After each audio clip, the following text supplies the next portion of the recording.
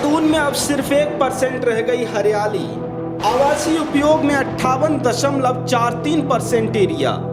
ये आंकड़े जानकर हैरान रह जाएंगे आप। क्या आप जानते हैं कि आपके शहर देहरादून में सिर्फ 1% हरियाली रह गई? क्या आप जानते हैं कि आज देहरादून का 58.43% एरिया आवासीय उपयोग में आता है? देहरादून के कितने एरिया पर क्या होता है? कितने पर चलते हैं स्कूल, कितने पर बनी हैं सड़कें, कहाँ है सबसे ज्यादा हरियाली? आइए आज की वीडियो में आपको सब कुछ विस्तार से बताते हैं। नमस्कार, यह है वोकल भारत उत्तराखंड। देहरादून पर हम बात करें उससे पहले आप चैनल सब्सक्राइब कर लें, बेल आइकन भी दबा दें। दून को कभी ग्रीन वैली के नाम से जाना जाता था, लेकिन आज दून में सिर्फ 1% हरियाली रह गई। जी हाँ, मास्टर प्लान 2041 के लिए टाउन प्लानिंग डिपार्टमेंट की तरफ से कराए गए सैटेलाइट सर्वे में ये खुलासा हुआ है। ऐसे में सवाल उठता है कि देहरादून की हरियाली कैसे खत्म हो गई। दून में एक समय में 60% से ज्यादा एरिया पर हरियाली हुआ करती थी, फिर आज वो एरिया सिर्फ 1% कैसे रह गया? हमने आपको पहले भी बताया है कि राजधानी बनने के बाद दून में तेजी से आबादी बढ़ी है। मिड सिटी से लेकर आउटर इलाकों तक में सड़कों के विस्तार के साथ ही तमाम प्रोजेक्ट्स के लिए, आवास के लिए, विकास के नाम पर सरकारी और गैर सरकारी स्तर पर कानूनी और कई जगह गैर कानूनी तरीके से हरे पेड़ों पर आरियां चल रही हैं।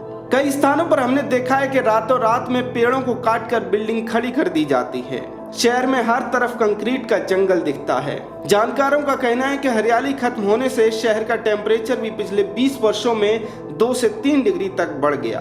अब आगे बढ़ते हैं और आपको बताते हैं कि देहरादून में कितने एरिया में क्या हो रहा है। तो देखिए, सर्वे के मुताबिक 58.43% एरिया आवासीय उपयोग में है, 9.33% एरिया मिक्स उपयोग में है, 4% एरिया कमर्शियल उपयोग में है, 1% एरिया में इंडस्ट्री है, 9.42% एरिया में एजुकेशन और हेल्थ संस्थान है, 1.09% एरिया में हरियाली है, 11% एरिया सड़कों और ट्रांसपोर्टेशन के उपयोग में है। तो आपने देखा कि सबसे ज्यादा एरिया का उपयोग आवास के लिए किया जा रहा है और हरियाली के लिए सबसे कम उपयोग किया जा रहा है। इसके साथ ही आइए अब आपको बताते हैं कि वे कौन से संस्थान हैं जिन्होंने आज भी हरित एरिया को बचा कर रखा है। तो मास्टर प्लान 2041 के सर्वे के अनुसार फॉरेस्ट रिसर्च इंस्टीट्यूट यानी FRI, ONGC, petroleum institute, cantonment board, institute of remote sensing, wild life और वाडिया इंस्टीट्यूट के संस्थानों के कैंपस में ग्रीन एरिया बचा हुआ है।